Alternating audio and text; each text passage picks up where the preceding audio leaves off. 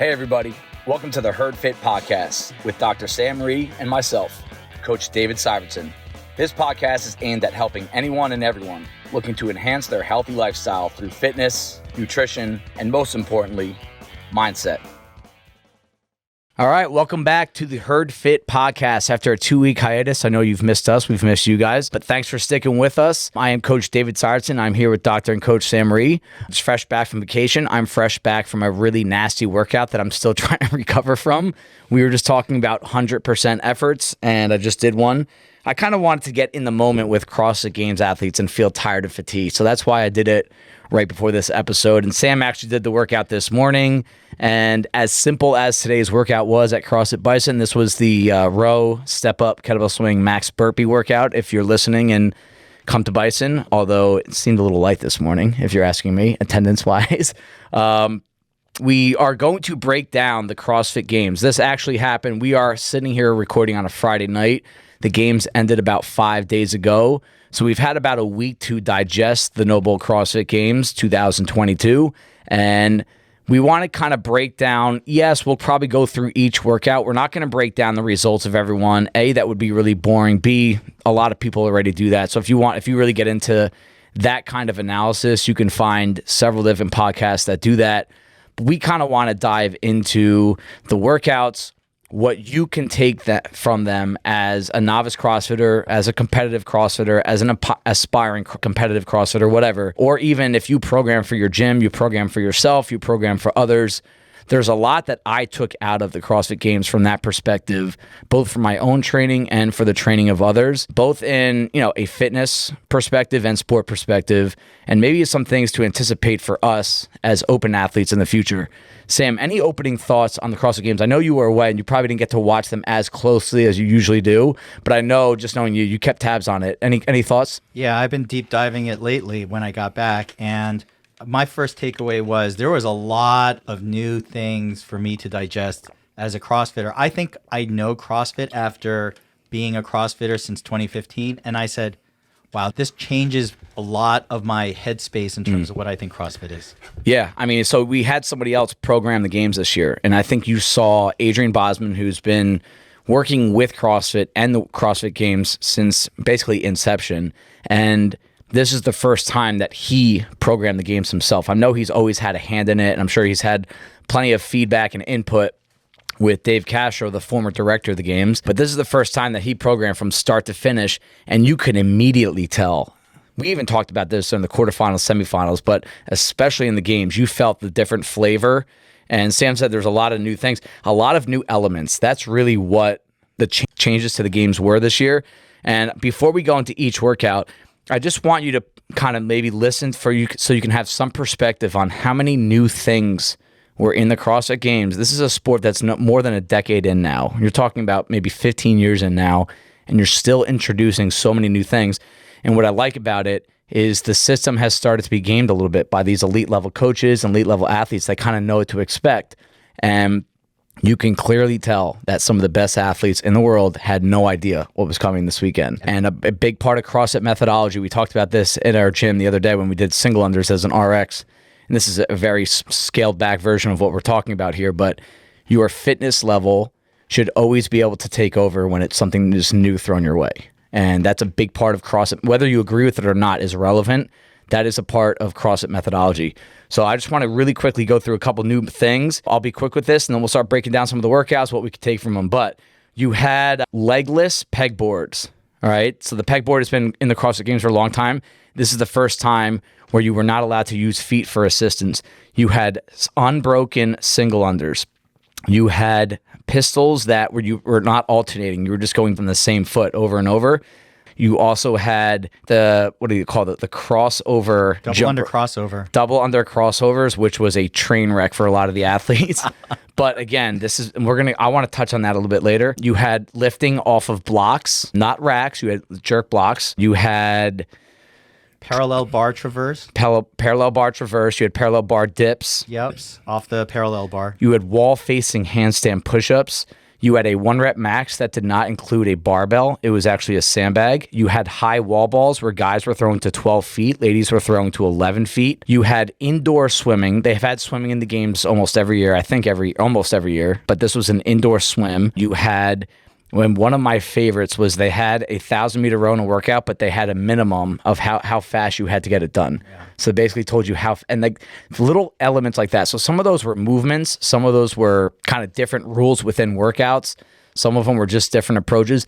I love that as much variety as there is in CrossFit, one of the biggest things I took away from this was there's always something you can try that's new. And that's a big part of the original definition from Greg Glassman on CrossFit is try and learn new sports, new activities, new movements.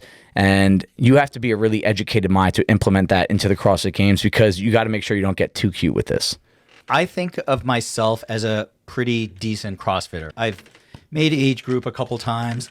I know I can do bar muscle ups. I can do a few ring muscle ups and I've been aspiring to be, quote, a good CrossFitter for years. I keep saying, okay, once I get double unders, I'm a better CrossFitter. Once I do a ring muscle up, I'm a better CrossFitter. Once I can clean and jerk X amount of weight, I'm a better CrossFitter.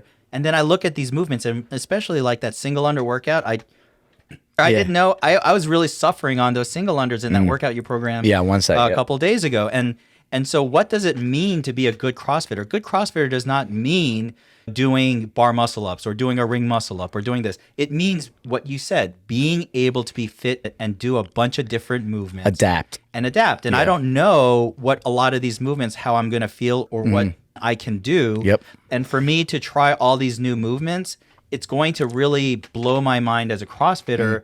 I am not a good CrossFitter. I am as good as anyone else who walks in the door who is pretty fit and has a skill set that might be different from mine. Yeah, and I've always wondered this, right? Like I'm biased towards CrossFit, and I do think the fittest CrossFitters are the fittest people in the world. But that is still, it's very subjective, and obviously I'll admit that I have a bias when I say that.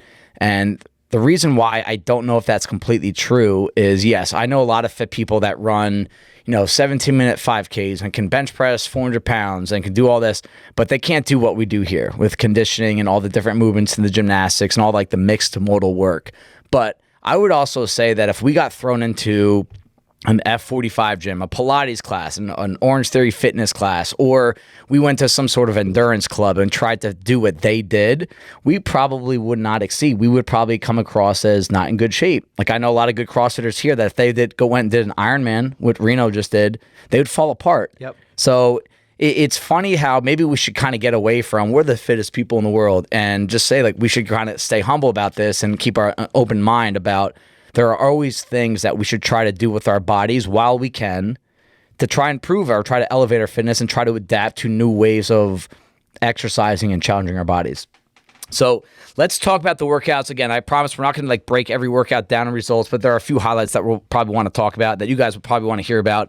I've been asked a few times over the past couple of days, like, when are you guys doing a games breakdown? When are you guys doing a games breakdown? So I know a lot of you guys want to listen to it and just bounce some ideas off each other. So the first workout could not have started worse for the regime of the new people running the CrossFit Games and programming. It was 75. It was called Bike to Work, 75 toes to bar, 5-mile bike, 75 chest to bar, 5-mile bike. So a workout that the vast majority of the time was spent biking. And this was kind of like, I wouldn't call it mountain biking, but it was not road biking. It was kind of like on a trail, grass, dirt, that kind of stuff. And it was somewhat entertaining to watch. But long story short, these athletes had to do the gymnastics with a helmet on, which just looked funny. But when they went biking, I guess the loop that they had at the complex was a mile approximately. So they had to do 5 loops. And on the back half of the workout, a handful of athletes only did 4 loops. They came back into the arena, the stadium, did the dramatic run down the field. I finished. I crushed it. But they were not in first place. They were not in second place. They were probably closer to the back of the pack. And they cut the reps short by a lap. And they didn't know. And there was a lot of confusion. Even the announcers. Did you watch the event? I did watch it late. I mean, like the recording. So you saw like the recording of Sean Woodland and Chase Ingram were both like the commentators, by the way. They were like, we have no idea what's going on. And I remember watching it. I was cringing. I felt bad for Boz and all these, because I know on a much lesser scale, like when something bad happens like that logistically at a competition, you feel so helpless and you need to think fast and react fast. And here's the thing. Now that there's, I listened to Boz after. The athletes were responsible for counting what laps they had. That's right. They were. And a few of them just mess it up. They couldn't count to 5. Yes, they could not count to 5. And you wonder, I don't think anyone, I can't put that on anyone saying, oh, they cheated, they tried to get one past. I see people here miscount all the time. I've miscounted all the time. And I can't count to 5 during a WOD myself. It's amazing how something so simple from our seat it looks, but it really isn't when you have all the pressure that you're under. And it's not like they're riding a bike around the NASCAR track. There was not a lot of fluidity to the track, a lot of turns, ups and downs on grass, on dirt, and it's hard to keep track of where you are. But that event was not the most ideal way to start the games, for sure. And were there any takeaways you had from that workout? Well, yeah. One is there was one athlete, Sungyoung Choi, who did 6 laps. Yeah, she did extra work. Right. So she was what I would say is a model CrossFit athlete. If you can't keep track of your numbers, you just do one more. Yes. Yeah. So props to her. The second thing is I know it's not a great look. It's like, look at these CrossFit athletes doing bike. They don't know what they're doing. Yep. But listening to Boz afterwards talk about it, he was very calm. Yep. He said, we made the corrections the best way we could. Yep. And by the way, did you hear what they did? Yeah, they added the slowest lap time to the athletes that skipped a lap. Right. So they did have a time marker out there for their own bookkeeping to say this lap took this person X amount of time. So they had everyone's splits of every lap on their computer system. So they just looked at their slowest lap and they added that to their time. And that was basically probably the best way to do it. It was reasonable. Obviously, would their last lap have been even slower than their slowest lap? Could have been. Maybe not, though, because you know that that's your last lap, so you're just going to pour it on for that last lap. So I think that was a reasonable compromise. Do you think it would have been a better resolution? My thought was, hey, if you didn't finish the workout, if you didn't do all the work, you immediately come into last place. Only if it was intentional in some way. And I don't think that the athletes that did that, that there was any intention of shorting the work. Yeah. Yeah. It's always hard to tell. You always have to keep feelings and emotions out of it as best you can. And that was my initial reaction was whoever did not finish that 5th lap, you immediately go to last place. And I don't even care about your time, just for the sake of the scoring.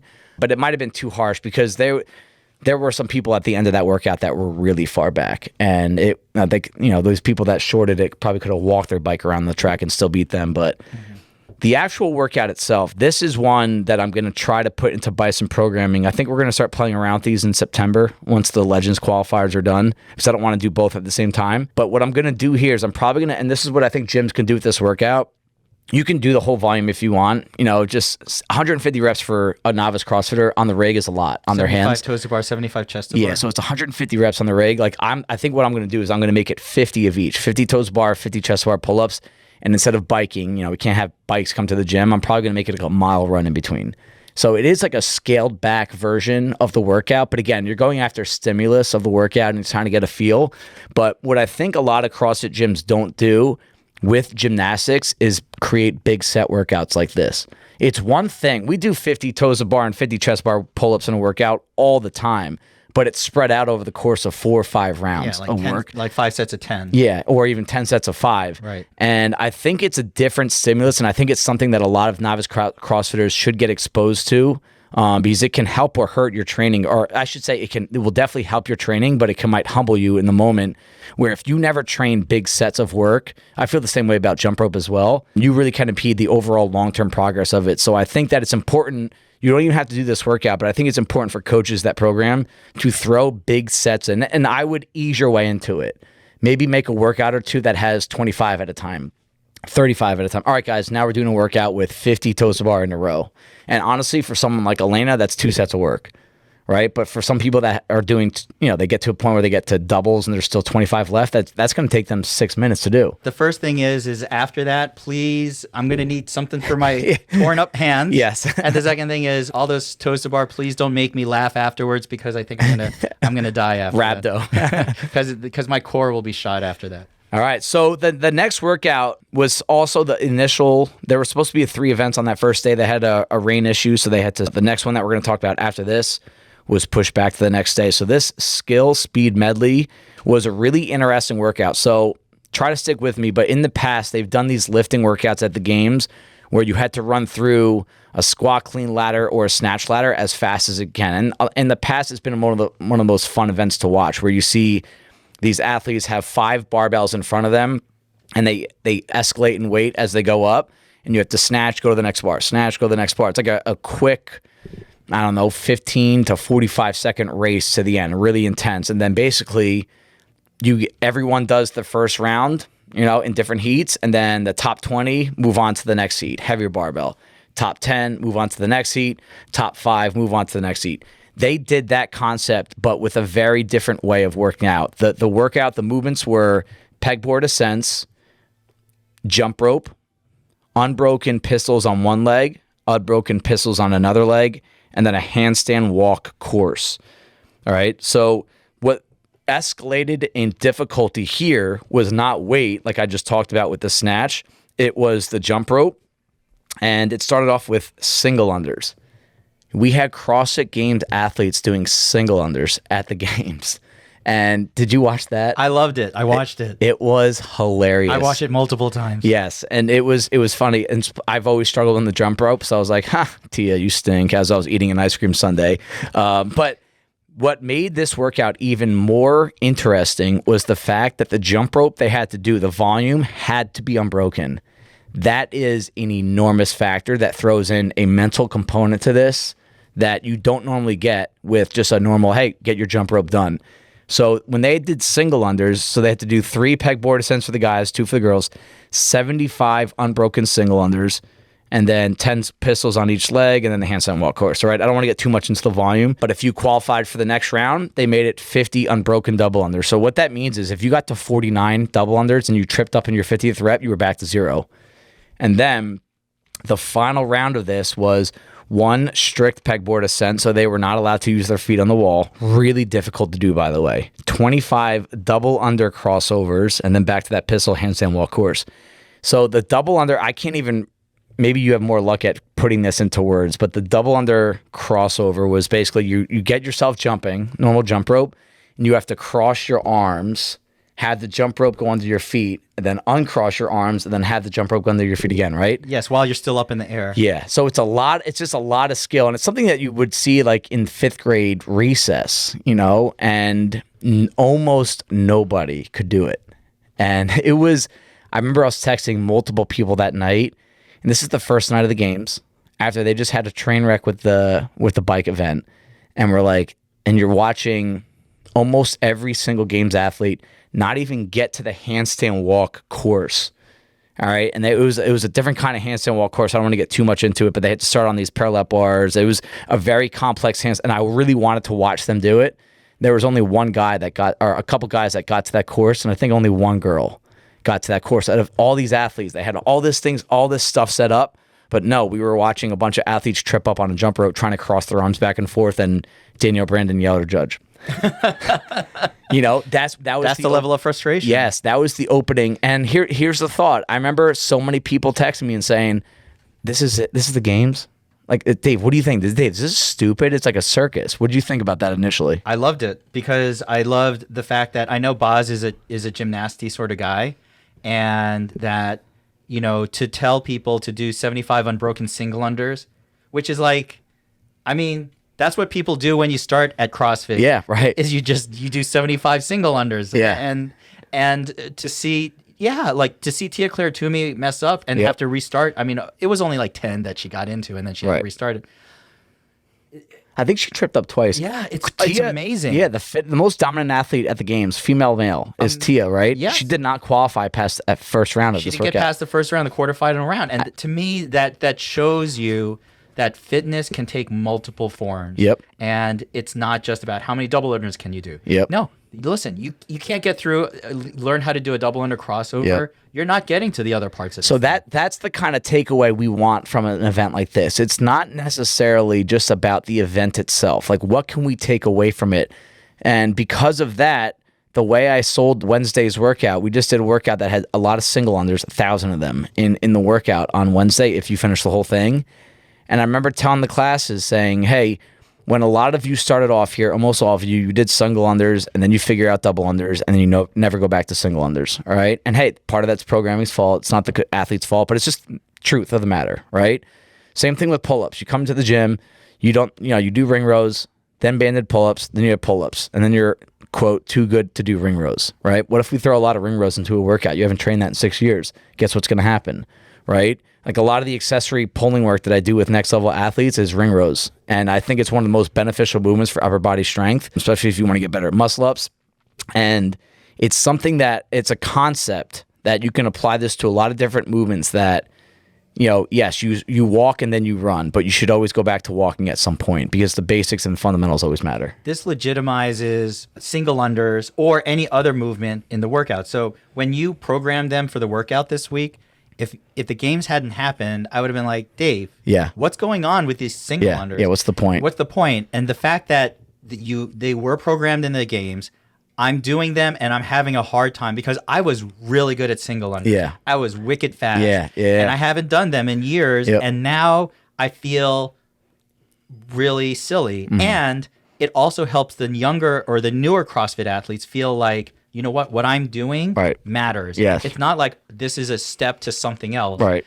What I do right now matters to my fitness. There are people good and bad at single unders, and it matters, right? And I want the newer athletes to feel that way. Right. I want them to say, oh, I'm just doing ring rows, or oh, I'm just doing single unders. No, you're doing a movement that everybody needs to know how to do. Absolutely. And we will be doing. I agree. And to me, and Boz said that. You said, and I know that affiliate owners came up to him and said, thank you for programming all of these different things. Yep. Because it makes our programming ability so much wider, legitimizes so many other movements, and I feel like that was the biggest plus for the games itself. Yeah, and I remember Boz was watching there, so I think there was one, or I think the females, no one came close to finishing it. I don't want to be wrong about that. There might have. I think the first person to finish it was a guy. Was it Nick Matthew? Yeah. And Boz was watching, and you can tell he so badly wanted someone to finish this, because if every single athlete didn't finish, you could make the case that it was over-programmed. He said that on the Savon podcast. He's like, he told that dude, thank you. Yeah, so he was probably so elated. But I remember watching it live. He was like clapping. I'm like, oh, that's probably not the most professional look.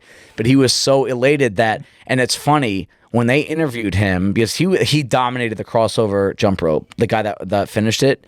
And they asked him in the interview after, like, how did you do that? And everyone else, and he's like, oh, like, I have little kids. We go to the playground, and like, that's just a result of us playing around in the playground. And that is like to the core of what CrossFit definition is. And that was probably one of the cooler moments of the weekend. Absolutely.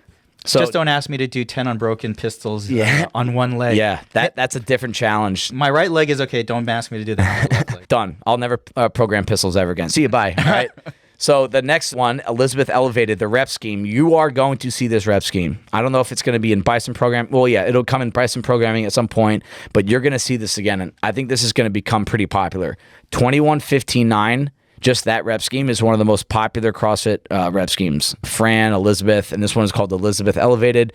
Elizabeth is squat cleans and ring dips, 21-15-9. This one was 21-15-9, 9-9. And I love the fact that it's just a more complex way of saying, hey, we've done the 21-15-9 for 12 years. We're too fit for that now, so we're just going to add that 9-9 again and just add a little bit more strategy, a little bit more capacity to the workout. So they did squat cleans at 135-95, which is funny watching such strong athletes do that. Like at our gym, that's a pretty heavy barbell for that much volume. Like it was like almost like a twig for them, but it still turned into like a conditioning movement for them. But what made this workout tough was they did dips with parallel bar traverses. So basically, I was at a playground yesterday and they had one there. It was kind of cool, and I tried them and they're really tough. But basically, you have to walk from one end of these, 2-cylinder bars that about waist high off the bar, and then when you get to the end of it, you have to do dips. And there were some athletes that were very comfortable with it. There were some that got absolutely smoked. You could tell that they've never done these before. Thoughts on that workout? Yeah. They also said that 21-15-999 really felt like 21-15-27. So that's a tough rep scheme. It is. Yeah, it really is. When you talk about 21-59s at the gym, I always tell people, like, you get through that 21, you're almost halfway done with the workout. It's a 45 rep workout for each movement. That's, once you get to 21, you're almost halfway done. So you can really just kind of, go through the 20. It's usually a quick, aggressive workout. So it's a pretty high intensity, high rate of movement. But the 15s are always the most challenging piece. But if you get through the 15s, you're usually okay. I wouldn't say that about this piece, because when you're done with the 21 and you're done with the 15s, you still have a decent amount of work to do, and you're ready at like the top end of your capacity. Dips are tough. And they are. You have programmed ring dips for us. They're always a challenge. Yep. I think, especially for women, like just that push strength, triceps, pec, that's always a challenge. Yep, it is. So the shuttle to overhead workout, which was by itself on a Thursday, they were supposed to do this on the Wednesday, and they were supposed to have a rest day Thursday, but because of the weather, they bumped this back. This was a really unique workout, and this would be hard to program for your gym, but I do think it's doable. I think you could take the concept of the workout and apply it to your gym. Mm-hmm. I'm thinking of a few ways to do that. The run might not be the case, and not every gym has 15 pairs of jerk blocks, but again, concept-wise, I think it can work. But basically, these guys had 2 minutes to run 400 meters in shuttle run fashion, and then they had to do max jerks the rest of the minute. The next interval was 3 minutes long, but they had to run 600 meters and then do max jerks. They got a 2-minute rest. And then the last one was a 4-minute interval where they had to run 800 meters of shuttle runs and then do max jerks. The catch here is that the barbell was on jerk blocks. So basically what that means, if you don't really understand the concept or why jerk blocks are used, is you can front rack that barbell, get it above your head, and you can simply drop it without it going all the way to the ground. You don't have to re-rack it. Like we just did heavy jerks yesterday, and the worst part is bringing a heavy bar back onto your shoulders. You don't need to do that. But the biggest catch of the workout was, guys, it was a 300-pound barbell. Lady was a 200-pound barbell. So, and with that time domain, just know this, like you could trust me if you don't really understand how long 400 meters takes, that is a quick run to do, especially in shuttle form fashion where you're stopping and going multiple times. You have to run hard. And they did this a couple times. They basically said, hey guys, because all of you are on Chris Henshaw's program, you guys are all so good at pacing, but guess what? You don't get to pace this. You have to run your ass off and then get to the barbell and lift a really heavy barbell above your head over and over. And for a lot of people, they were only getting 3, 4, 5, 6 reps. It wasn't like they were cycling the shit out of it. The problem also is what is your jerk technique? I think the most efficient people were able to push jerk for the women 200 pounds. I know, it's crazy. And men 300 pounds. Can you push jerk 300 pounds multiple times? No. Because I'm telling you, even the guys, they were split jerking, failing 300 pounds. Yep. So the good ones were just push jerking and getting it back down because you don't have to reset your feet. Exactly. You can leave them wide, lock out, drop, do that again. When you split jerk, you have to split, get your feet back into position. You're basically holding the bar above your head an extra second. And that adds up. That adds up big time for sure. I loved watching it. It made me cringe how hard that was. Yeah. So that was a really cool event to watch. That's when Tia started to it was funny. After the first day, I think Tia was in 8th place, and everybody was like, oh my God, it's the end of Tia. And like, you're just kind of smiling. She got screwed in that single under event. And this was the event where I think she showed everyone. I think she won that event. She showed everyone like, hey, I'm still here. I'm still faster and stronger than all these girls. Just watch what happens. And then she kind of took off from there. From a programming standpoint, what you would want to do is you're forcing people to run fast and do something heavy afterwards. Right. So how would you scale that to an affiliate These are my thoughts on this workout is if you have a really consistent and easy running path at your gym, I would do something along these lines, although I would increase the time domain just a little bit. Because a lot of athletes in our gym, especially with our run, if we told them to run 400 meters, get back and lift, and again, think about most gyms. When you come in the door, some people are right by the door, some people in the back of the gym. That's an extra 20 seconds sometimes. Right. So what I would actually rather do this event with rowing. Everyone has their own rower, and you have something next to you. It could be shoulder to overhead. You can go lift off a rack if you want. You can do squat cleans. Again, you pick the lift that you want to do. But you have to have a general idea with what people can row. But basically, like my thought on this workout would be from 0 to 2, guys row 250, ladies row 200 meters. All right. Give or take, that's going to be about 45 seconds to a minute. And then max whatever lift you want to do. All right. And I would give them probably 2 minutes of rest. I'd probably make this 1-to-1 work rest ratio. So I would give them a 2-minute rest. And then the next period, I would go up to a 3-minute interval.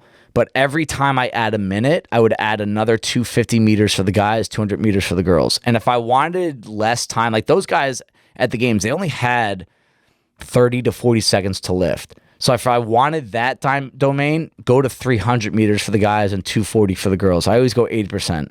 The problem with the row is that with a run jerk, they're very complementary. Yes. With a row, some barbell type, yep, you're going to be burning out the shoulders. Yeah, you're going to have to be selective with what you do. Like, you have to, ideally you would do that. I'm just thinking about our gym. If we did this with a run, shoulder overhead, or run, squat clean, or run, power clean, run, deadlift, whatever, right? I think that it would just turn into something that would be a lot, this sounds funny, but a lot more difficult for people in the back of the gym than the front. Yeah, it's an extra 25 meters or so? Yeah, extra 25 meters. And it's this is where it gets hard to program the gym. Like this would be a lot easier to program for like your next level athletes who are doing this on their own at open gym. Right. That would be a lot easier to do. But when I program for a gym, when some of you guys program for a gym, I'm sure you have to deal with this too. If you have 24 people in class, like it's almost impossible to do this, get the same stimulus for everyone.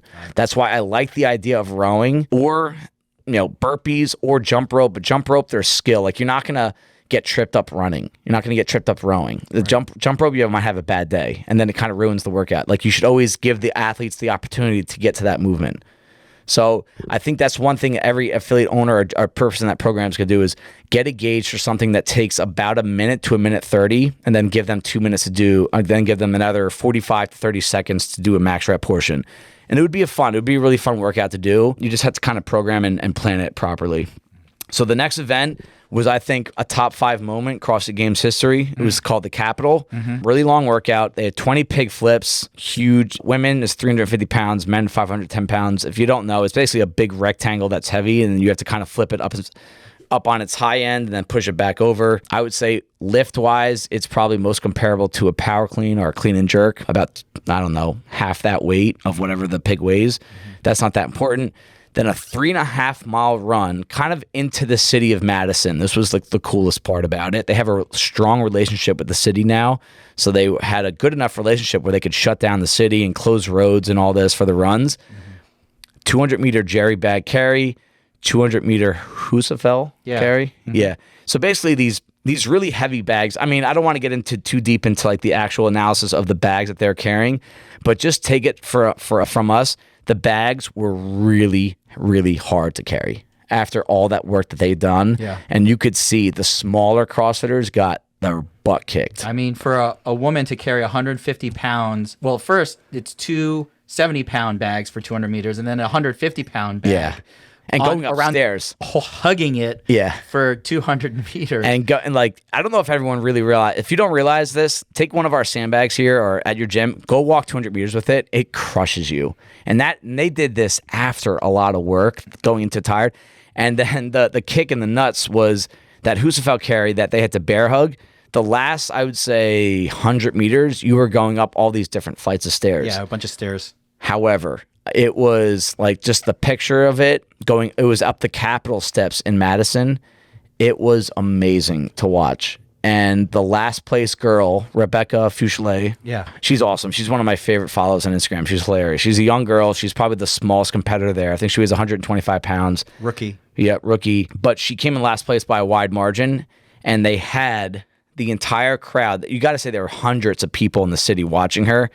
As she was going up those final last flight of stairs, it was a spontaneous decision by Boz. He had all the fans come in from each side and get behind her, and they were just going nuts for her. And one of the concepts, I think it's one of the most unique components of CrossFit, is that the people that finish in last place probably get the loudest cheers. Yeah. or at least as loud a cheer as the person that comes in first. Nobody gets a cheer if you come in first. It's only for the people who finish at the end. Exactly. And I think that's where like the CrossFitters that go and watch this, they relate to these people on that level. Yes, they're higher level athletes than all of us. They have different lifestyles than all of us, but we all know what that feels like. You know, they did not have a time cap on this, so she had to finish this workout if she wanted to keep going in the games. She didn't have a choice. And I'm sure everyone, especially, I mean, I have very, very vivid memories all the time of being the last person to finish a workout.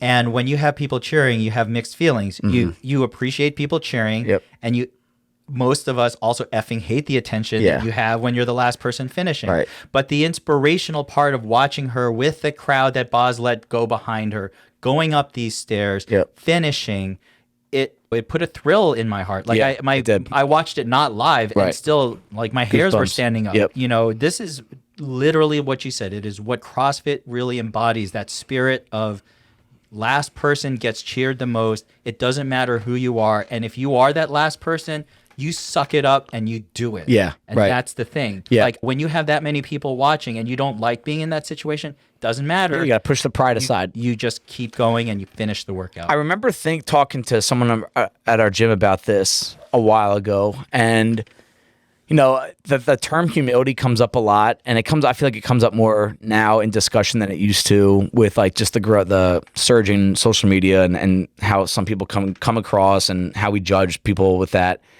Humility, to me, part of it is letting other people do nice things for you. And I think that's one thing that you have to really realize, that yes, you might not want to be cheered on at the gym. You might not want the people to come over and clap your hands. But guess what? The other people want to do that for you, and you have to suck it up and let them do that. It's not just about what you want. Like, you can't shoo people away and say, this makes me uncomfortable. Right? Like, I don't even want to get into the comfort versus discomfort, but let's keep it on that topic of humility. If someone wants to come and cheer you on, that makes them feel good. They're trying to do something for other people. You have to let them do that. Have the grace to accept it. And like, imagine she was saying like, no, everyone get away. Like, it would have been a really bad look for her. She just kind of stayed in her lane. She was suffering. I would say this about that workout, watching people cross the finish line, that was comparable to the hill run at the ranch at the original CrossFit Games when they had to run up with those sandbags. Like, people were collapsing at the end of that workout. And so you can imagine how she felt at that point, physically and emotionally. And she did a great job. She handled it like a champ. She just kind of stayed focused, let the support kind of get her up the steps, and she did awesome. You know, I have to admit that 3.5 mile run is from the Coliseum back into the state capitol. And my hotel last year was right by the state capitol. Oh, really? Oh, so when I got out of the Coliseum one day, I said, I did Google Map. It's like 3 miles, 3.5 miles. It was 3.5 miles. I said, okay, well, this isn't so bad. It's a madhouse by the Coliseum. I'm just going to walk home. I went about a mile. And I was like, oh, I'm tired. I need an Uber. And I Ubered it. So that's funny. So when I watched them do it, I was like, damn, if I had only done it, I could say that I actually did that 3.5 mile walk. and I didn't even have the without carrying a bag. Well, without the pig flips and everything else. But yeah, well, so this is all right. So the next one we have Up and Over. This is another one we're gonna program at Bison. Shout out to Coach Adam Ramsden and Ashley. They actually did a version of this workout at Open Gym on Sunday, and they threw me their suggestions at how we should do this for the gym. Obviously, we have to change a couple things about it, but the workout was 3 rounds for time of 12 muscle ups, 25 jump overs, 30 GHD sit-ups, and at the end, you had to do a pretty heavy walking lunge with an axle bar. Guys was 185, ladies was 125. Yep, with an axle bar, which axle bar is just a really thick bar, and it's harder to keep the bar over your center of mass, so it feels a little heavier. The term jump over, which was after muscle ups, before the GHDs, what they jumped over was something different every time. They jumped over a 50-inch log, so if you think it's about more than 4 feet off the ground, so you had to use your arms to get over it. Women too. Yep. And then it was a 30-inch box, guys 42-inch box, basically just a really high box. I'm pretty sure they were allowed to use their hands to prop themselves over. And then the last one was they jumped over that pig, which is kind of broad jump-ish. They had to, it's only 20 inches off the ground for the guys and girls, but there's some distance to it. So we might kind of play around with a version of gorilla box jump overs, regular box jump overs. And, we're still kind of mapping that out a little bit. But this is, and then instead of GHD sit-ups, we had I think they did 50 regular ab mat sit-ups. Oh, you mean this Sunday when they did it? Yeah. So I think, again, that's how I think a gym can play around with this. Most gyms should not be be throwing 30 GHD sit-ups at athletes in a row. Well, 3 rounds of it, that's 90 GHD sit-ups. Yeah. And again, to me, I think GHDs are a great movement, but I think you have to be really careful about how many you have athletes do in a row that are here for fitness. If you're here for the sport, you're going to have to play around with a little bit. But it depends on what volume you're used to. Like if you've built up and you do like maybe 70, 100 a week, you could do this. For sure, absolutely, you could do this. But if you've never done GHDs and you suddenly bang out 90, I'm big on and I've subbed out these for straight leg sit-ups before, and I just up the volume a little bit, and it's a little bit more hip flexor, that's what the GHD gets you. Gets you in the hip flexors and abs a little bit. But this was a workout. I mean, there's not much to talk about it other than the fact that the 12 muscle-ups with long straps, if anyone's done muscle-ups with short straps and long straps, I wouldn't say they're that much easier or harder, but it's a different movement. And I think the dip portion is a little bit more difficult with long straps than it is short. Watching these guys, there are ways to do muscle-ups that are energy saving, maybe not as fast. Mm-hmm. And then there are ways of doing it where you're just going really fast for speed, but you're expending a lot of energy. And I kind of watched them and I said, they look like they're really efficient and not wasting a lot of energy doing these ring muscle ups. And I said, I got to go back and watch this a little bit more. Yeah, and I will say there are, like Sam said, there's so many different ways to do them. And like you could watch 20 games athletes do muscle ups and see 20 different techniques, really. But one thing they all do that I think a lot of CrossFitters do not do when they do ring muscle ups especially is hip extension. I see it so much time. Like the one thing I look for the most is when their feet come up, you now have this acute angle of torso to thighs, and you never see it extend fully before they turn over. They start to expand, but then they try to pull themselves through. And the amount of power that CrossFitters have in their hips is enormous with the programming that we do just on a general basis. But if you don't use that hip extension, it becomes a really inefficient movement, and you're using smaller muscle groups to get yourself on top of there. So I think that's one takeaway I always take from especially when they do like slow-mo, like the really cool slow-mo muscle-ups of Tia, you will see that like max hip extension as if they're doing the same hip extension as you do as a 1-rep max push press. Like that power that you exude from the hips there is enormous. The next event was one of my favorites, probably my personal favorite to watch, even though it wasn't that fun. It was just the test itself. It was called Echo Press. So basically you had to do 30 cals guys, 25 cals ladies on the Echo bike, 10 block handstand push-ups. Talk about that in a sec. And basically the Echo bike calories went down, all right, to 20 and 15, 10 handstand push-ups, 20 and 15, 10 handstand push-ups, and then they had to end with another long bike, 30, 25. 2 reasons I like this. The handstand push-up are not what you thought about. When I saw block handstand push-ups in text form, I thought it was basically deficit handstand push-ups where your hands were, higher than where your head was going to be when you're upside down. Mm-hmm. They were wall-facing strict handstand push-ups, a first in CrossFit Games history. So they combined a wall walk. You actually had to wall walk yourself up into the handstand push-up. Yep. And then you had to bring your head down 2 inches or 3.5 inches, men or guys or girls, and then touch your head. Yeah, it was a weird standard. I'm still not completely clear. I don't think any contact was required. It's hard to describe in without video, but they cut out a piece of the rubber where people's heads were going, and basically there was a white line and the judges were all like really close to the ground. And it was almost like squat depth where they had to kind of pass this subjective line. So they had to pass that 2-inch line or 3.5 inch line. Before pushing themselves back up. Got it. No matter the case, this workout was blow your legs up on the Echo bike, all right, and then get to the handstand push-ups and do strict handstand push-ups facing the wall. I've done them in training before, and I'm not a high-level gymnast at all, but I would say if I can do 20, right now probably 24 strict handstand push-ups in a row, I can only do about 5 of these. Like, they are that much harder.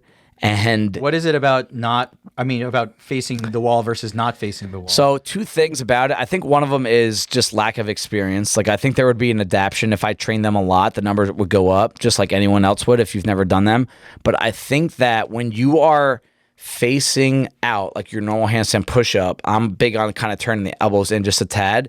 You really can activate a big muscle, your pec, when you press.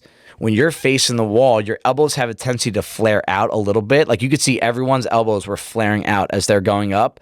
The more it flares up, you almost don't activate the pecs at all. So you're only using triceps and delts on that. And it's just a much lesser muscle recruitment than the actual handstand push-up where you're facing forward.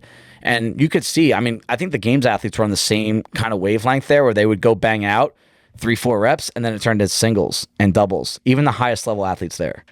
You know what I like about this is that a lot of people, when they learn handstand push-ups, they don't like going upside down. It's hard for them to go upside down. Yeah. With this, it's very easy because you're wall walking yourself up. Yep. The other thing is that you can scale the handstand push-up by not going as vertical Yep. and still doing a handstand push-up. Yep. And so I feel like a lot of athletes, this is actually a safer movement. Yep. And since you're doing it strict, you're not constantly banging your head against Yep. the floor, which I hate. Like Yep.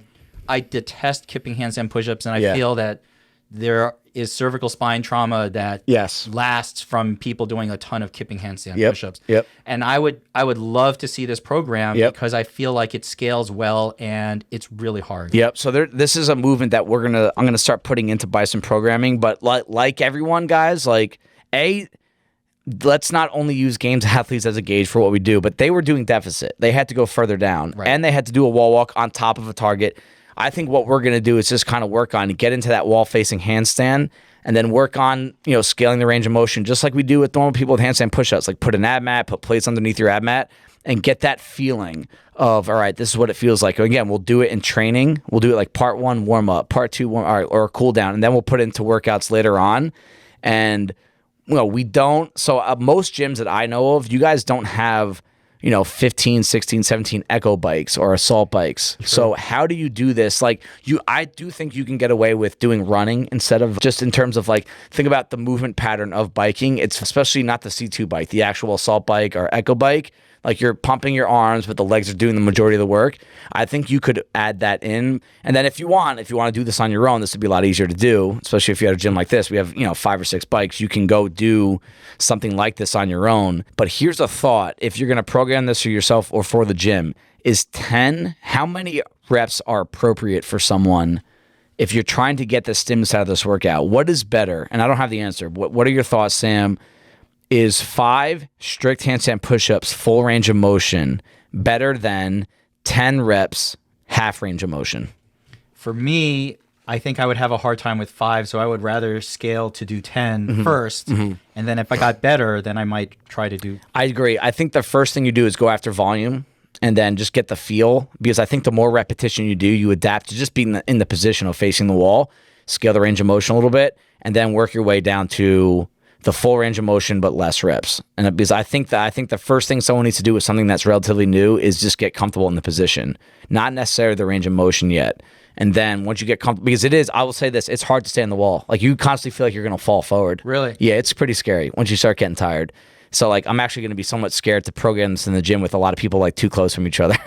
You get next to Steve O'Day and he falls to the left or right. You're kind of screwed if you're next to him. He's got long legs. Yes, he does. All right, so we have a few events left. Rinse and repeat. Not much to talk about this one, although this is something we're going to program into Bison. Obviously not swimming, but the concept behind it. Every 2 minutes, I already had this one mapped out, but every 2 minutes they had to do a 50-yard swim. So it was at the indoor. So if anyone has seen a pool in the Olympics, right, you watch it on your screen and they swim long ways, right? They swim from one end of the pool to the other. Basically what they did here is they set up on the side of the pool. So they swam the short distance. They went across the pool. That did 2 things for them. You could create more lanes that way. You could have, 20 people go at once or even more. It might have even been 40. But basically they had to swim the short distance of the pool and back. That's 25 over, 25 back. Yes. And when they got back onto, they had to get onto the platform and ski 8 cows. All right, cool. That definitely did not take 2 minutes.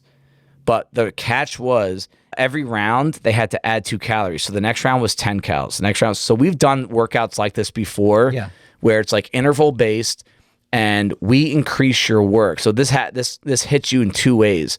You're doing more work every single time, and you're getting less rest every single time. And like, that's a killer. Like those are one of those workouts. It's a death by, really. That's what these are. This is called a death by. If anyone's been CrossFit for a while, we've done death by, and there's a lot of different ways to do death bys. And it's a great way to test capacity, and it's fun. I think it's a good test. But I've always noticed in these workouts, and I noticed while watching this, it goes from kind of hard to impossible at the snap of a finger. Yeah, that's what all these death bys are like. Yeah. So the catch here, though, and I think some of the women did not finish. So basically what they did, they didn't keep sending these guys up in cals until they failed. Basically, once they got to rounds 7 and 8, it turned into ski as many cals as possible. Max cals. Yeah. So time remaining. Yep. So basically, if they got to the ski erg and round 1 was 8 cals, then it went up to 10, then it went to 12, 14, 16, 18, and then it turned into, all right, cool, you're awesome, you're killing this, do as many as you can.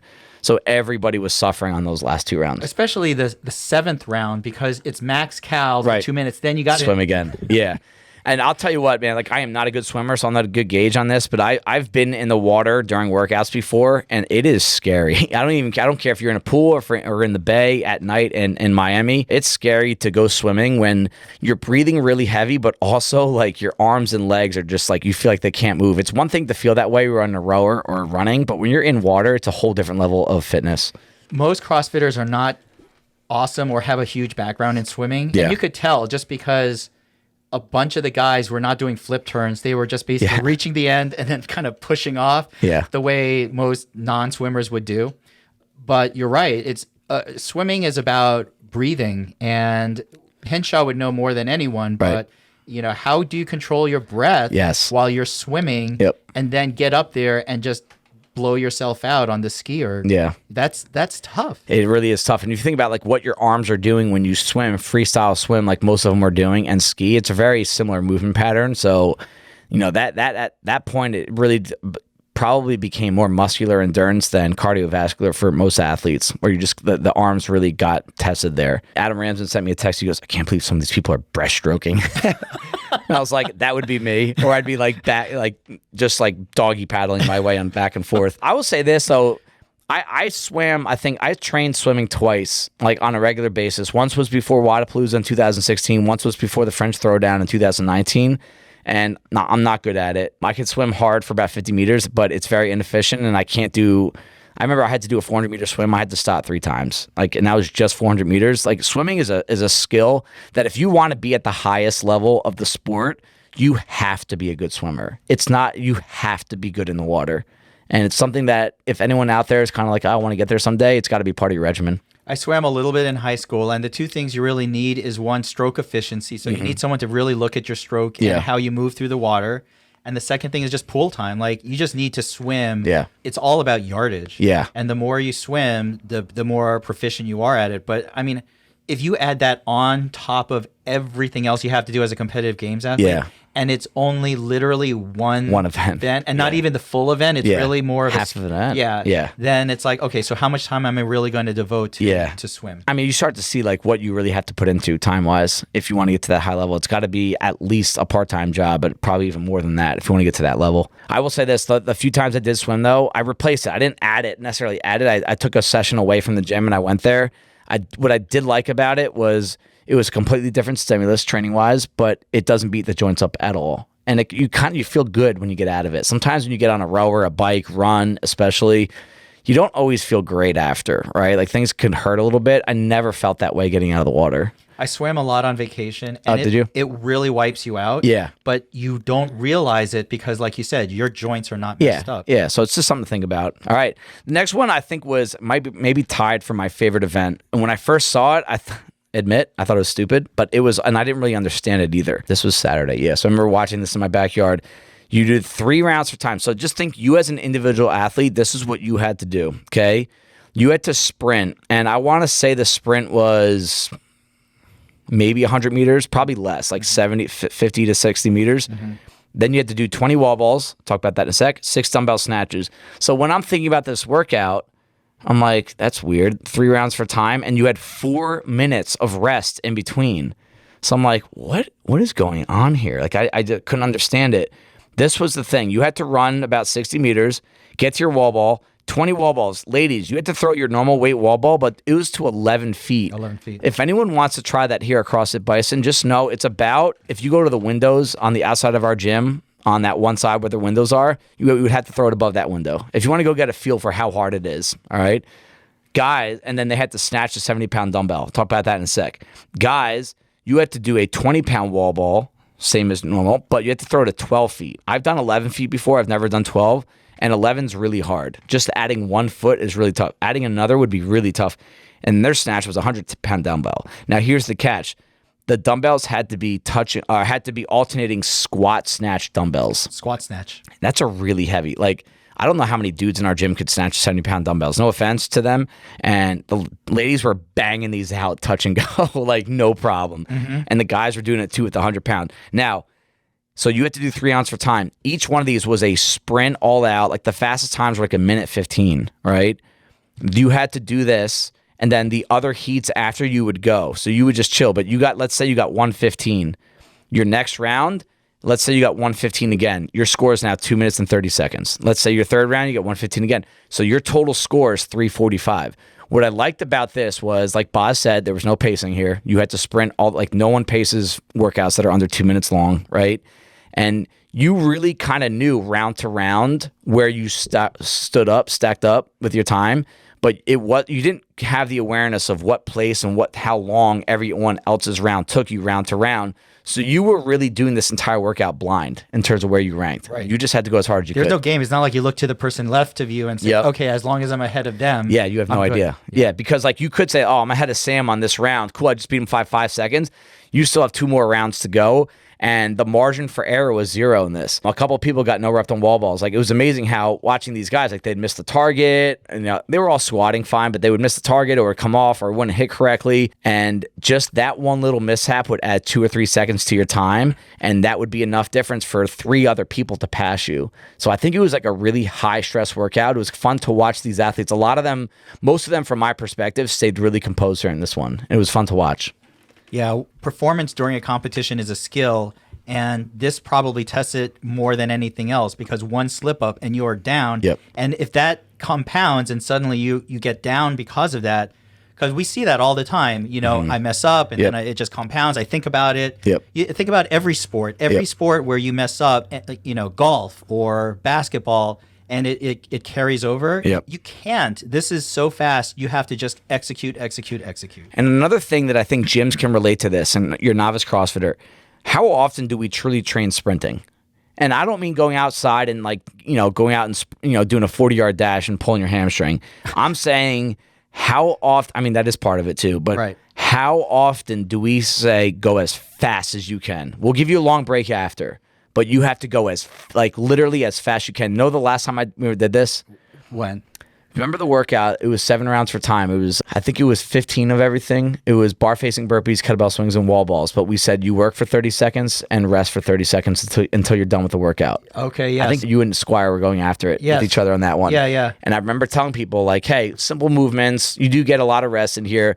The concept behind the workout is not necessarily try to pace things out. It's go as fast as you'll ever go in a workout, knowing that you're never going to go for more than 30 seconds. Yep, that was right. Yeah, that was perfect, because you were dying, but you knew it was you're only going to die for 30 seconds. Right. Yep, and you just wanted to get all of that stuff done as fast as you possibly and this was even these guys were working for 1:15, getting 4 minutes of rest. Like, that really is, when you talk about anaerobic workouts, assault bike sprints, you do need probably 3-to-1 or 4-to-1 work to rest ratios. I can remember back to a workout that we did twice at the old space. It was every 6 minutes. All right. You had a 2-minute working period. So you had twice as much rest as work, and you did a 250 row guys, 200-meter row ladies, max thrusters at 95-65. The one difference in that workout was very few people actually did a minute straight of thrusters. They would do a set of 10, quick break, set of 7, quick break. But that concept was full send. There was no pacing. You rode your ass off as if you were running away from someone. You got on the barbell. You did as many thrusters as you can, and people were crawling, but you got a 4-minute rest. And that's really, I like doing it because it shows people what your actual max speed is.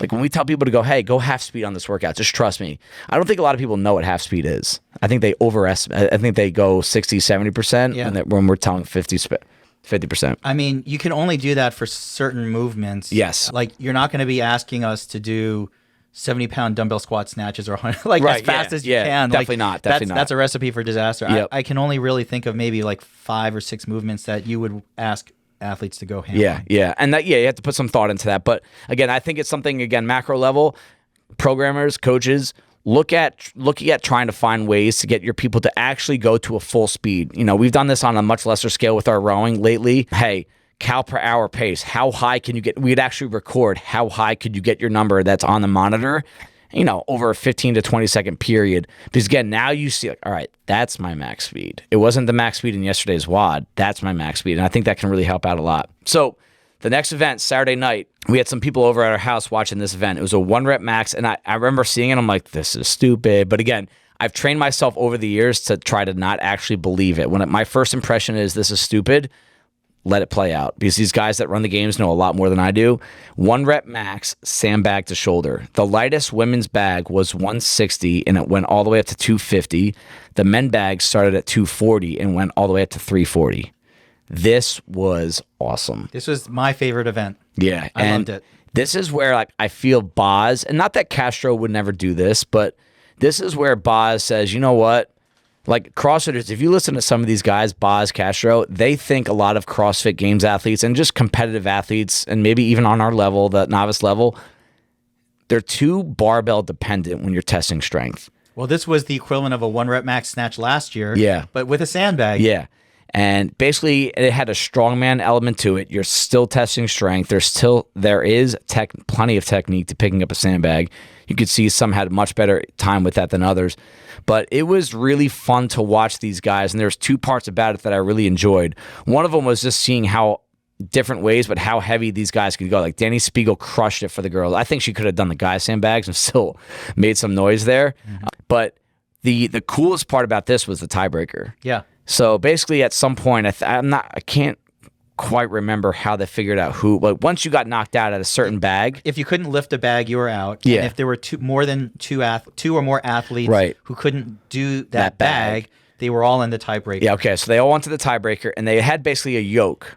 All right, and they had 3 sandbags, and it was 50, 100, and 150 pounds for the women, and the men 100. 150, 200. Yeah, so basically it went up by 50 pounds. They had 3 sandbags, and the rule was 3, 2, 1, go.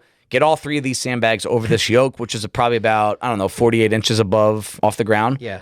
And they didn't really have any time to really figure out and strategize and game it, and you had to throw these 3 sandbags. So the strategy, looking at these guys, was what do? Do you throw the heavy one over first, which takes longer, medium, light, or do you start with the light one, go to medium, go to heavy? And there were a lot of different ways to do it.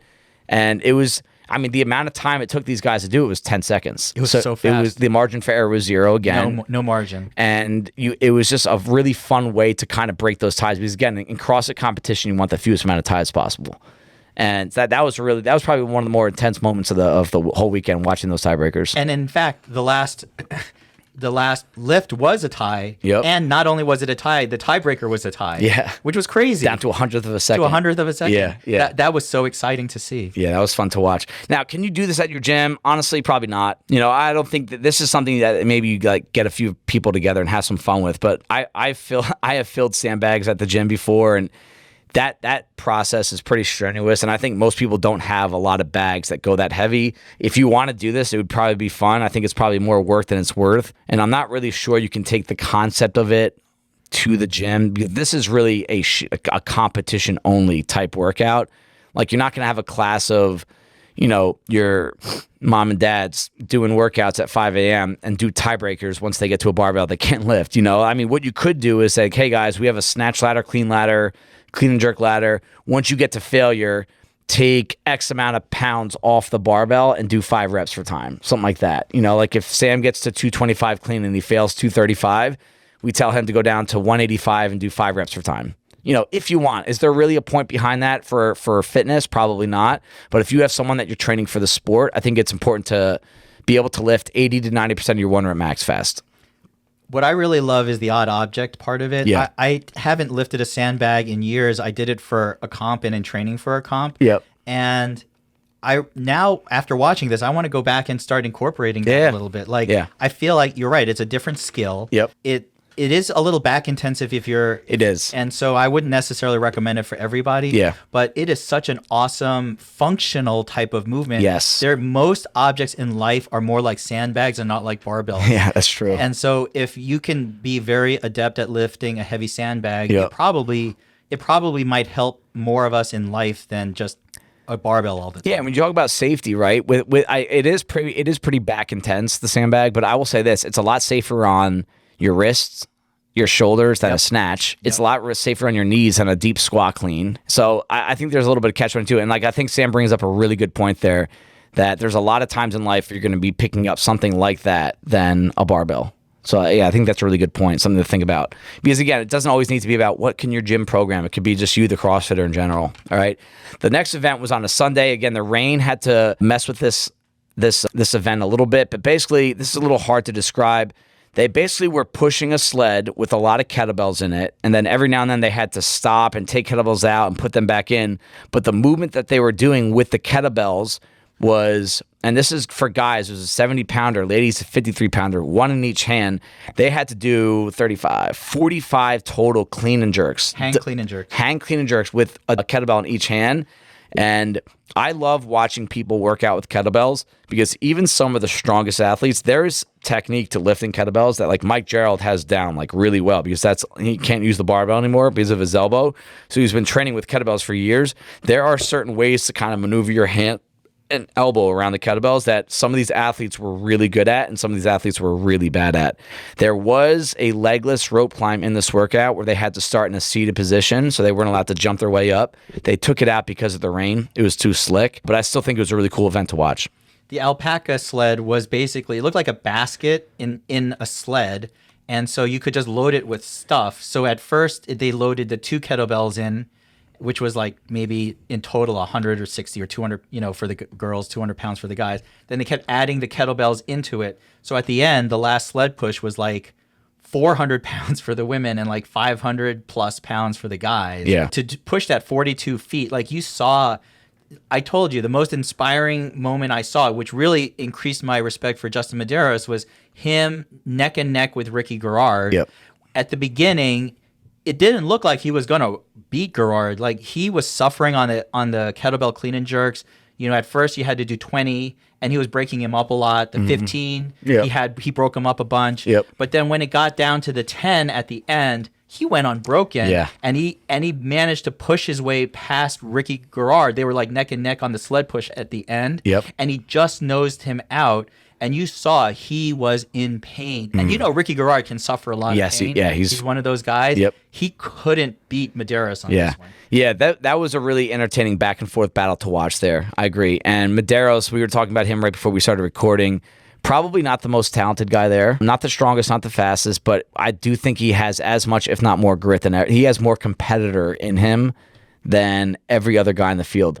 This is a guy that's won the games 2 years in a row now, and he's never won an event. No, the last event last year he did. That was the one. So he's won one. He didn't win any events this year. None this year. And he's at one event last year he won, which is like coming from Matt Frazier, who won several events every single year. Yeah. And I just think like that goes to show how balanced and of an athlete he is.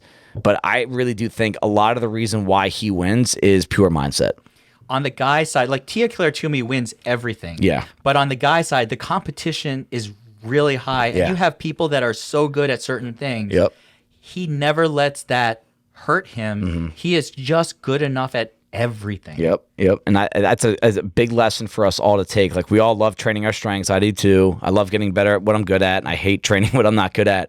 But that doesn't mean I don't do it. And that means you shouldn't avoid what you're bad at for that reason alone. If you do kind of just improve the weaknesses, not to the point where you're great at them, it's just like Spencer Hendel said it best years ago. It's like you just can't suck at anything. And again, we're talking about the sport, but I do think you can relate that to yourself as a fitness CrossFitter, is that if you can get better at the things you're not good at and just kind of find like the happy middle ground between strength and weakness, your overall fitness level will be elevated.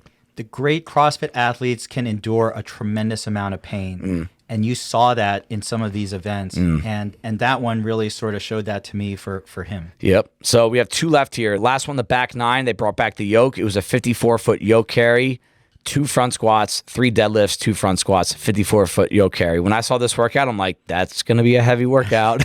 And it was. The women had to carry a 485-pound yoke. Guys, 665. Oh, gosh. 54 feet twice.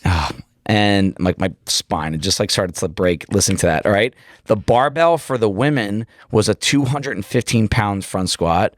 The deadlifts was 315. That's the women's weights. They had to clean it and do a front squat. The bars were on the ground. I was like, oh, their bars will be on a rack for sure. And they weren't.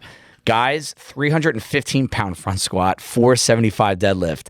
And this workout, these workouts are kind of tough to watch because one of my favorites, Haley Adams, she got the yoke off her back, got to the barbell, didn't get a single rep. So she stood at her barbell for the entire workout staring at it. She tried to lift it a few times.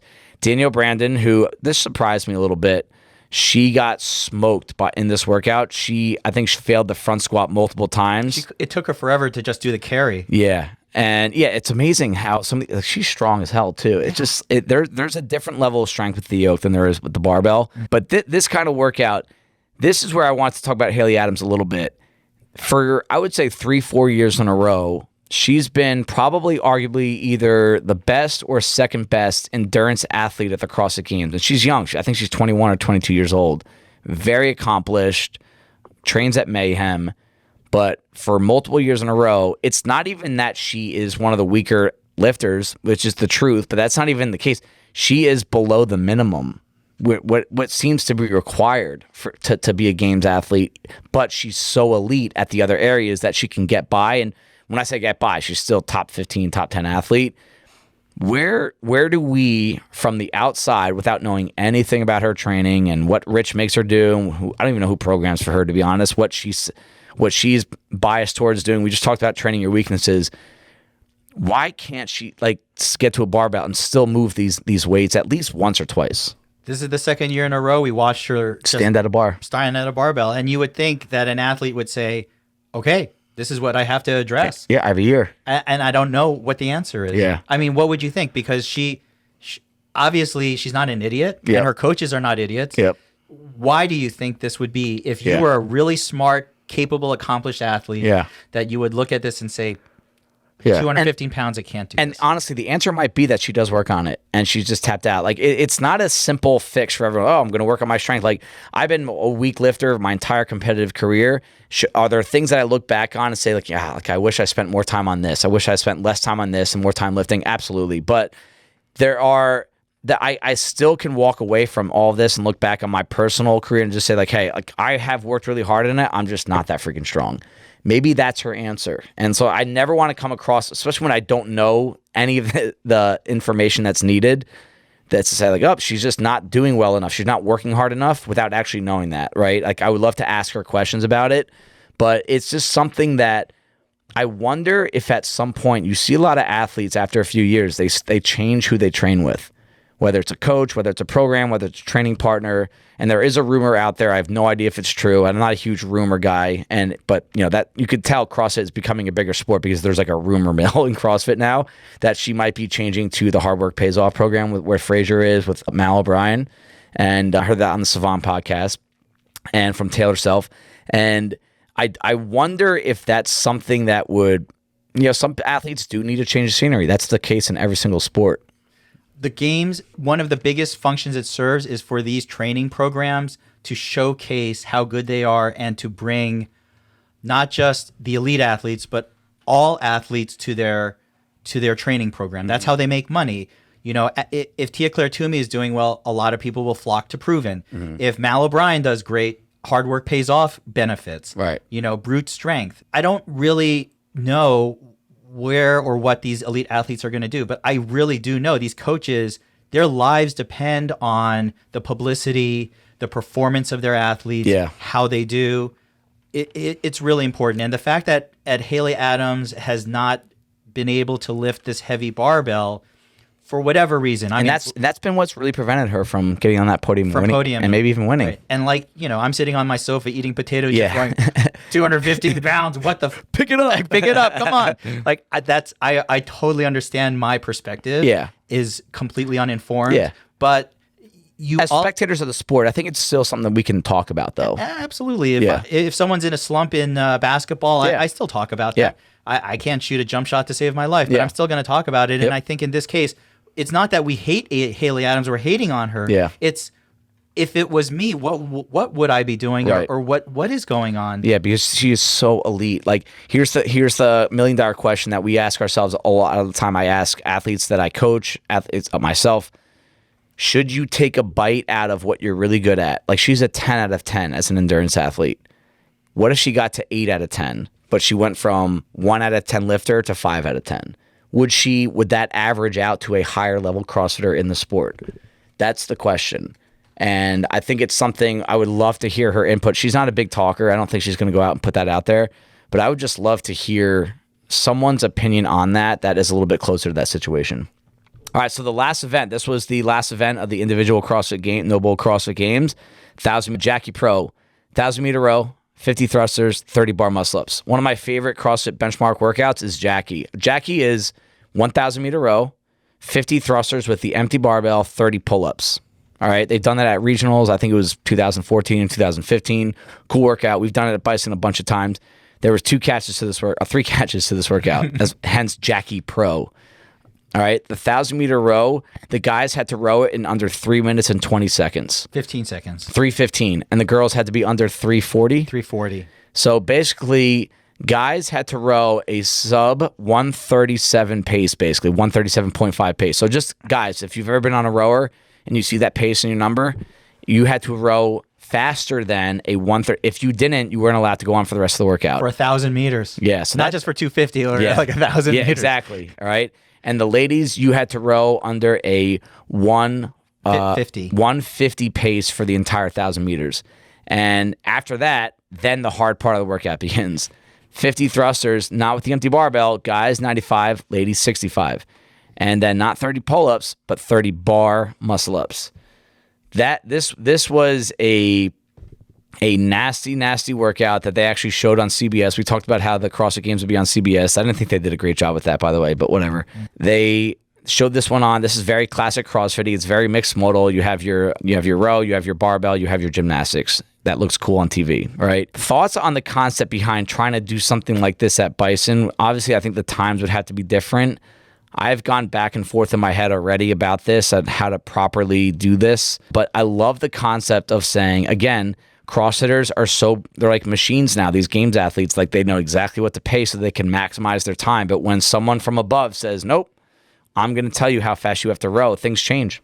I don't know how to incentivize the average athlete. These guys have a lot of incentive to do this. And even with that, 2 women did not make it past the row. Yeah. Thuri Helgadottir and Rebecca Fouchelet. I don't even know how to pronounce her name. And this is also the last event of the whole weekend. Right. So keep that in mind. So these guys were smoked to try to get, and they couldn't even get past this. So I don't know how you would scale that to an athlete. Yeah. Because if I was the athlete who had to row under a certain time, I would be like, couldn't do it. Yeah. See you later. Oh, well, yeah. I no don't more. I'm thinking for fitness, I don't think that needs to be implemented. If you're training someone to be a competitive athlete, I think you have to know what their row splits are for 500, 1,000, 2,000, 3,000, 4,000, and just kind of come up with a personal number for them. Okay. Yeah. So for training purposes, that would work. Yeah. How would you scale it to a class to get them to feel that kind of stimulus? I would think just say no. The talent level on the rowers is too different. I just don't think it's worth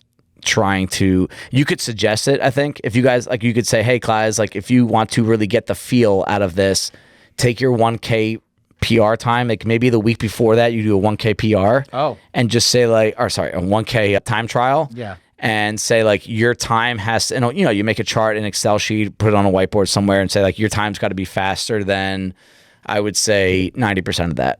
Okay. So if I think my PR on a 1K is 2:55, you would say, you would probably say hey, row that under a 3:15. And, so I think that would be some easy math to do. That, all right, it's a row that I know you guys can do. I'm telling you to go slower than the row you did last week, but you're going to feel like shit after it no matter what. And now you have to go do the hard workout. A bunch of thrusters. So I think that's the way you'd have to do it at a gym. Would you program the 30 bar muscle ups into that? I told people we're doing the muscle ups. 30? Yeah. And we'll just cap it. We'll cap it at 15, 18 minutes. I mean, these guys were getting this done. I think it was 8 or 9 minutes, if I remember correctly. Well, the time cap was 10, 11 minutes. Yeah, I think the fastest were in the 8 and 9. So I think our cap for the gym would be like 18 minutes.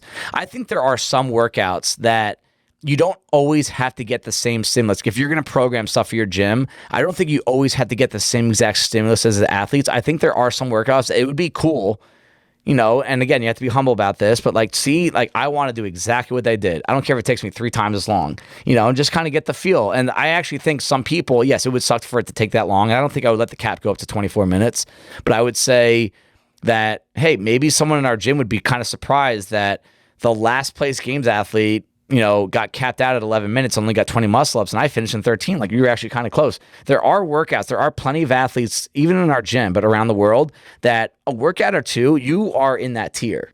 That doesn't make you a games athlete, obviously, right? Because this was the 13th out of 13 events. Yes, and sometimes you just have wheelhouse events, right? Like, I've been falsely led myself, like, oh, dude, like, I could beat that person I work out. Like, shut up. If I ever hear someone say that, I'm going to tell you to shut up. But it's kind of cool just to see how far, even how, we do this in the open every year. We do the same workouts that these games athletes. I don't mind seeing how much I got beat by, Sam Dancer in workouts, but the workouts that you do well in and you're kind of close to them, it's kind of like, all right, cool. Like, that's just like a kind of little feather in your cap. What are your big takeaways now that we've reviewed all of these events and thought about all of these things? I mean, I think that I love being challenged programming wise, as long as it's coming from a respectful and constructive critical way. I've experienced both, it was more of disrespectful with the talking about programming, but also the respectful side of it. I love having different ideas thrown at me and saying, all right, I need to get these athletes not ready for wall-facing handstand push-ups, but I think that if you're every single time you're doing a handstand push-up, you're doing kipping and you're facing the outside of the gym, the repetitive patterns not only can impede your overall fitness level, but it can lead to overuse injuries.